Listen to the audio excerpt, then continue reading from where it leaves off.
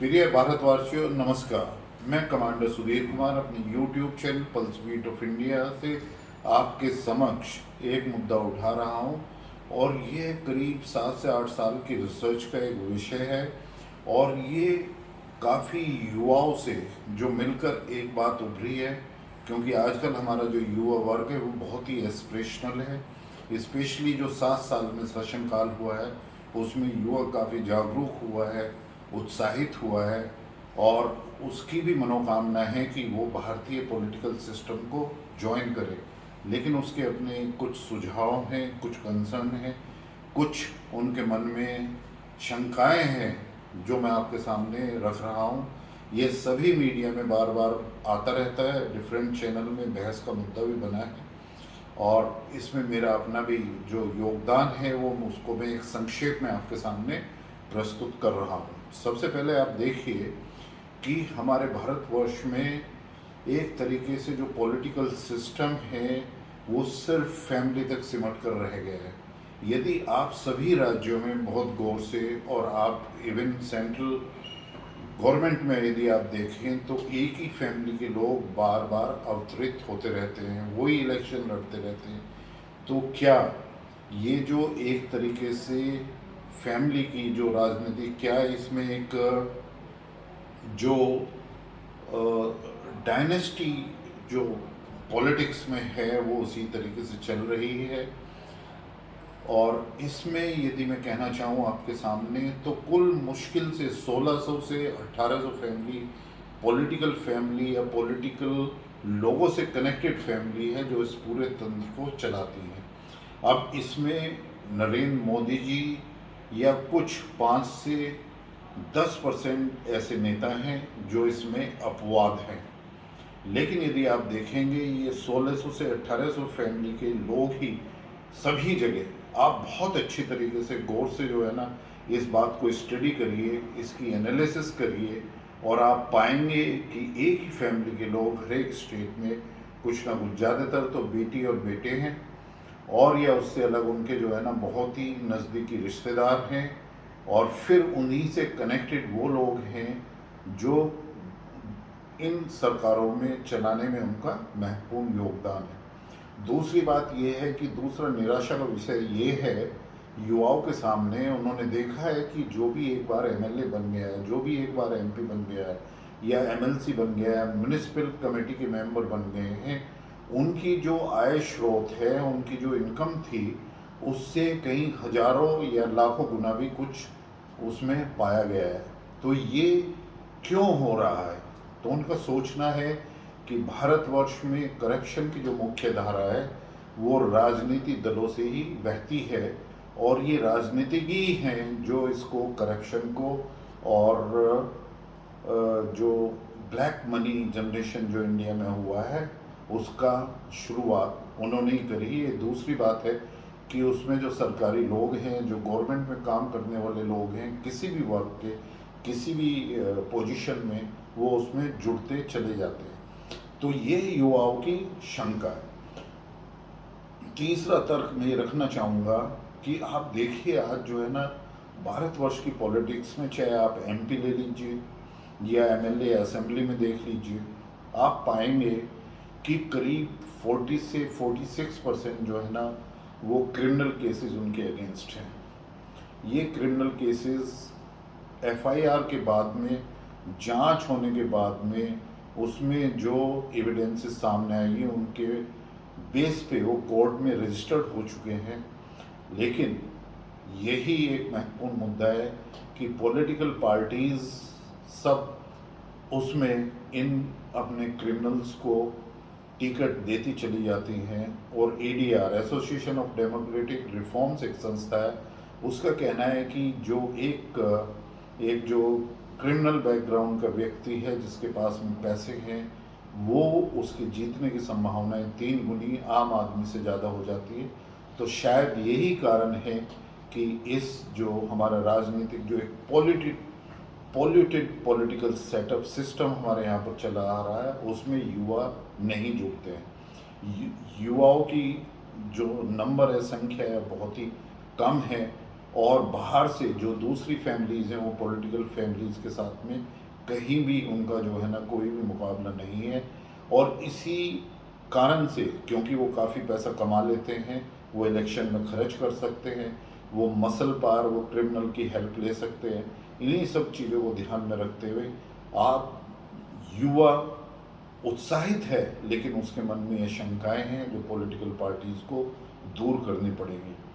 तीसरा ये है कि पॉलिटिकल फंडिंग आज उनका सोचना है युवा कि जब हम सारा कुछ डिजिटल पर कर रहे हैं, डिजिटल में सबसे ज़्यादा एक तरीके से ट्रांसपेरेंसी है, अकाउंटेबिलिटी है, तो क्यों ना सारा का सारा पैसा जो पॉलिटिकल फंडिंग में आता है वो भी डिजिटल मीडिया के थ्रू ऑनलाइन क्यों ना हो, क्योंकि हम इसके लिए अपने युवाओं को और ज़्यादा से ज़्यादा इंडिया की पॉपुलेशन को वो डिजिटल पेमेंट से जोड़ रहे हैं। तो ये भी एक उनका बहुत ही एक बहुत ही अहम मुद्दा है जो जो हमने अपना सामने रखा है।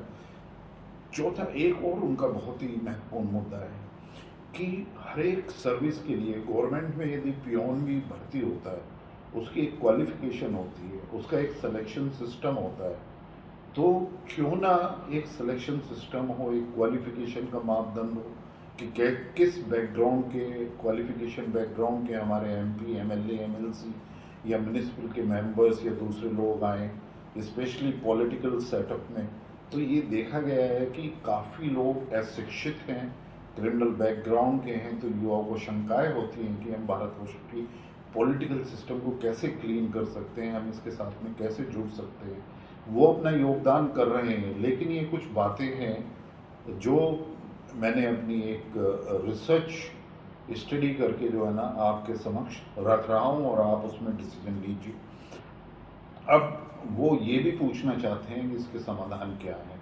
तो इन सब चीज़ों को, इस विषय वस्तु को अच्छी तरीके से रिसर्च करने के बाद में मैंने पाया है इसके सॉल्यूशन हैं। इसके सॉल्यूशन तो पहला ये है, वो मैं एक क्वेश्चन आपसे पूछना चाहूँगा, यदि राजनीतिक कैरियर, यदि राजनीति एक सोशल सर्विस है, एक सामाजिक सेवा है, तो उसमें सैलरी क्यों, उसमें उनको पे क्यों मिलनी चाहिए? और यदि एक नौकरी है तो नौकरी के लिए उसमें एक क्वालिफिकेशन क्यों ना हो और उसका एक सिलेक्शन क्राइटेरिया क्यों ना हो? तो यहाँ पर मेरा यही कहना है कि सभी पॉलिटिकल पार्टी को सोचना है कि यस, हम जो हैं वो क्रिमिनल बैकग्राउंड से दूर के लोगों को लाएं, ज़्यादा से ज़्यादा जो डायनेस्टी से जुड़े हुए हैं उससे अलग लोगों को हम लाएं, और युवा प्रतिभाओं को और महिला प्रतिभाओं को हम मौका दें पॉलिटिक्स में आने के लिए। और ये जो हमारा पॉलिटिकल सिस्टम या सड़ा गला जो एक सिस्टम चला आ रहा है इतने सालों से, वर्षों से, उससे बाहर निकलें और देश की प्रगति वो बहुत तेज़ी से हो। और ये भी एक युवाओं का कहना है और ये कहीं ना कहीं पाया गया है कि जो राजनीतिज्ञ उनके बच्चे बिल्कुल भी फौज नहीं ज्वाइन करते हैं। कुल 0.5%, 0.5 मतलब 0.5% लोगों के बच्चे ही वो डिफेंस फोर्सेस में आते हैं। ऐसा क्यों? तीसरा, उन्होंने युवाओं ने पाया है कि ज़्यादातर के बच्चे बाहर पढ़ते हैं, तो उनकी क्वालिफिकेशन का खर्चा कहाँ से आता है? और फिर उनको पढ़ने के बाद में जो लोग राजनीति में फिट नहीं होते तो वो बड़ी बड़ी कंसल्टेंसी कंपनी में अपना खुद का बिजनेस शुरू कर देते हैं, तो उसके लिए भी इतना पैसा कहाँ से आता है? ये सब पॉलिटिकल सिस्टम की जो एक साठ गांठ है, जो एक दूसरे के साथ में जो एक सहयोग है, उसका भी असर आज हमारे यूथ पर है। आज भारतवर्ष एक सबसे यंग कंट्री है, हम यंगेस्ट हैं, और हमारे पास में जो यूथ की पॉपुलेशन है वो सबसे ज़्यादा है। तो आज हमें इस यूथ की इन एस्पिरेशंस को ध्यान में रखना पड़ेगा, और हम इन बातों को नीचे नहीं रख सकते, हम दबा कर नहीं रख सकते, क्योंकि यूथ की एस्पिरेशंस हैं। तो इन सभी चीज़ों को ध्यान में देखते हुए देखते हैं कि दूसरा, पॉलिटिकल फंडिंग क्यों नहीं ऑनलाइन हो सकती, ट्रांसपेरेंट भी होगी, अकाउंटेबल भी होगी और सबके सामने रहे तो बहुत ही अच्छा होगा। इसी तरीके से सिलेक्शन सिस्टम में क्वालिफिकेशन का मापदंड खुद तय करें पॉलिटिकल पार्टी। जिस तरीके से क्रिमिनल बैकग्राउंड के टिकट ना दिया जाए, वैसे तो मैं वोटर से कहना चाहूँगा कि जो भी लोग आपके उसमें पार्टी पॉलिटिक्स में कास्ट और क्रीड में बिल्कुल मत जाएं। जो भी एक कैंडिडेट है जो क्रिमिनल बैकग्राउंड का है, उसको आप वोट मत दें। जिसको आप सोचते हैं कि वो अशिक्षित है, उसको भी आप वोट मत दें। इन सब चीज़ों का ध्यान रखना है आपको सॉल्यूशन में, और ये पॉलिटिकल पार्टीज को इसका निराकरण करना है। लेकिन मेरा एक सुझाव है जो मैं आपके समक्ष रख रहा हूँ कि हमने सारी चीज़ें करी हैं कि 1 nation 1 tax, 1 nation 1 ration card, 1 nation 1 currency, इस तरीके से काफ़ी चीज़ें जो हैं, ये इसी तरीके से हम जो है ना 1 नेशन 1 इलेक्शन क्यों नहीं कर सकते। हम सभी चीज़ों का, चाहे वो असेंबली के इलेक्शन हो, सेंट्रल गवर्नमेंट के इलेक्शन हो, इवन द म्यूनिसिपलिटी तक, या दूसरे हमारे जो डिस्ट्रिक्ट लेवल पे या गांव तक के लेवल पे होते हैं, और उसमें यदि पॉलिटिकल सिस्टम से लोग खड़े होते हैं तो एक ही इलेक्शन पूरे देश में हो। और इसमें महत्वपूर्ण मुद्दा यह है कि प्रधानमंत्री का चुनाव डायरेक्ट पब्लिक करे, तो उससे एक पॉपुलर लीडर का चुनाव होकर देश के समक्ष आएगा। ये एक अल्टीमेट सॉल्यूशन जो है ना वो भारत के लिए हो सकता है, क्योंकि भारतवर्ष अब एक ऐसी स्थिति में है जहाँ पर पिछले कुछ वर्षों में उसका जो इकोनॉमिक कंडीशन है वो सुदृढ़ होती जा रही है। स्ट्रक्चर्ड इकोनॉमिक रिफॉर्म हो चुके हैं, काफ़ी हर एक क्षेत्र में आगे बढ़ रहा है। और इसी के साथ साथ उसमें जो यूथ है वो उसकी मेन पावर है। यूथ की बहुत ही यूथ की जो ताकत है वो बहुत ही शक्तिशाली देश को बनाने के लिए है। और जो यूथ का एक जो हक है, और एक जो यूथ की एक्सप्रेशंस है कि वो अपनी राजनीति से आप अपने आप को जोड़ना चाहते हैं, वो राजनीति को साफ करना चाहते हैं, तो क्यों ना हम सभी पॉलिटिकल पार्टीज उसके लिए जो इसमें सुझाव आपके सामने रखें, उनकी एस्पिरेशंस को ध्यान में रखते हुए क्यों ना हम उनको जल्दी से जल्दी लागू करें, जिससे भारत को एक आत्मनिर्भर देश बनाया जा सके, भारत को एक ताकतवर देश बनाया जा सके, भारत को एक फ्यूचर इकोनॉमी बनाया जा सके, क्यों ना भारत को नंबर 1 इकोनॉमी बनाया जा सके।